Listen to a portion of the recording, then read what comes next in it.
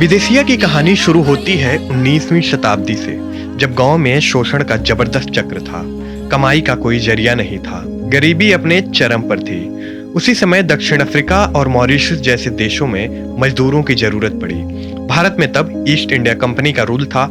East India company और इन देशों के बीच 5 साल का करार हुआ, जिसके बाद देश में कई डिपो खोले गए। गोरखपुर, कलकत्ता और मद्रास में भी डिपो खुले। इन डिपो में भर्ती होने के बाद मजदूर विदेश भेजे जाने लगे। बसों से कलकत्ता भेजा जाता था, उसके बाद वे पानी वाले जहाजों से अलग अलग टापू जैसे फिजी, मॉरिशस और अफ्रीका में भेजे जाने लगे। इन टापुओं पर पहुंचने में कम से कम 4 से 5 महीने का समय लगता था। भारी संख्या में लोग रास्ते में ही तमाम तरह की बीमारियों से ग्रसित होकर मर जाते थे। कुछ लोग डर के मारे समुद्र में ही कूद जाते थे। इन लोगों को एग्रीमेंटी मजदूर कहा जाने लगा और गांव तक यह नाम आते आते गिरमिटिया हो गया।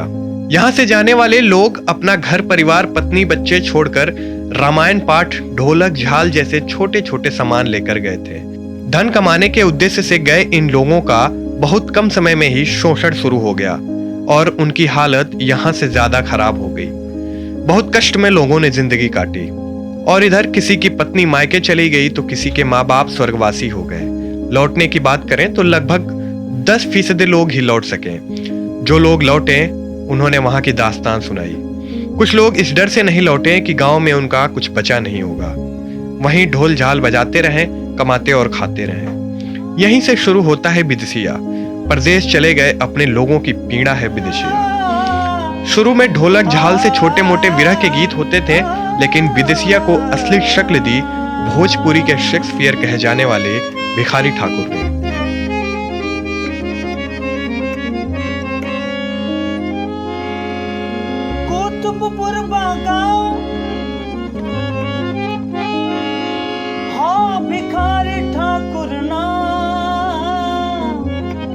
भिखारी ठाकुर का जन्म 18 दिसंबर को बिहार में गंगा और सोन नदी के संगम पर बसे कुतुबपुर गांव में हुआ। भिखारी ठाकुर पढ़ाई लिखाई जल्दी छोड़कर गोरू चराने लगे। चरवाहे मित्रों के साथ लोकगीत गाते और नकल उतारते थे। बड़े होने के साथ साथ भिखारी रामचरितमानस पाठ और भजन कीर्तन सीखने लगे। बहुत कम समय में ही उन्हें इसमें महारत हासिल हो गई। इसके साथ ही कुछ गीत और काव्य आदि की रचना भी करने लगे। इसके बाद भिखारी ने गांव के युवाओं को जोड़कर रामलीला का मंचन शुरू किया। गीत और कविताएं इतनी सरल भाषा और लोक रंग की होती कि जल्द ही भिखारी ठाकुर की ख्याति दूर दूर तक फैलने लगी।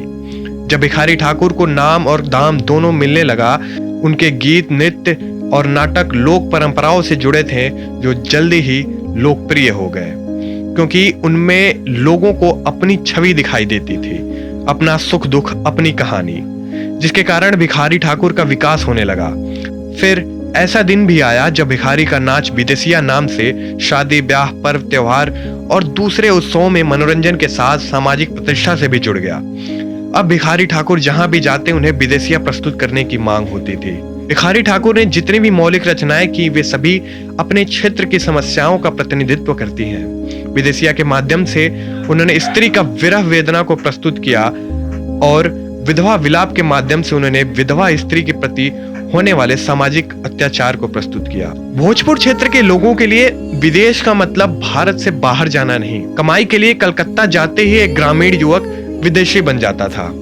विदेशिया अपने युग की सच्ची कहानी है, जो उस समय घर घर में दिखाई देती थी। प्रत्येक उस युवक युवती की कथा जो रोजगार के लिए अपने परिवार को छोड़कर कलकत्ता या कहीं और चले जाते थे। इसकी मार्मिकता ही इस नाटक की सफलता है। भिखारी ठाकुर ने विदेशिया से काफी प्रसिद्धि पाई। वे इस नाटक की सफलता के पर्याय बन चुके थे। उनकी अभिनय कला और नृत्य की भाव भंगिमाओं ने दर्शकों को बांध लिया था। विदेशिया मूलतः गीतात्मक नाट्य शैली है, जिसमें गायन ऊंचे स्वर में किया जाता था। गीत में साथ देने के लिए कोरस भी होता था, जिन्हें समाजी नाम की संज्ञा दी जाती थी। ये समाजी मंच पर ही उपस्थित रहते थे। विदेशिया में गीतों के साथ नृत्य का भी बहुत मधुर संयोजन होता था, पर नृत्य गीत आरोपित न होकर किसी घटना की मांग होते थे। विदेशिया शैली में नृत्य में स्वाभाविकता अधिक होती थी। विदेशिया को किसी विशिष्ट रंगमंच की आवश्यकता नहीं थी। 4-5 तख्तों को जोड़कर भी मंच बना लिया जाता था, जिसके एक तरफ समाजी अभिनेता और बाकी 3 तरफ दर्शक समूह बैठा करते थे। ना कोई पर्दा होता, ना दृश्यबंद की आवश्यकता होती थी। कलाकार रूप सज्जा के लिए पाउडर, काजल, बिंदी, बाली जैसी साधारण चीजों का ही प्रयोग करते थे। वेशभूषा में साधारण धोती, मिर्जई और स्त्री पात्र साड़ी और ब्लाउज पहनते थे। अभिनय की दृष्टि से पारसी रंगमंच की तरह विदेशिया नाट्य किसी तरह का भ्रम नहीं पैदा करते थे। इसमें पात्र और चरित्र का अस्तित्व मंच पर बराबर रखा जाता था। इसमें अतिरंजना का प्रयोग ना करके सहजता और स्वाभाविकता बनाए रखने का प्रयास रहता था। स्त्री पात्रों की भूमिका भी पुरुष कलाकार ही निभाते थे। इन विशेषताओं के फलस्वरूप आज विदेशिया को राष्ट्रीय स्तर पर विशेष पहचान मिल चुकी है।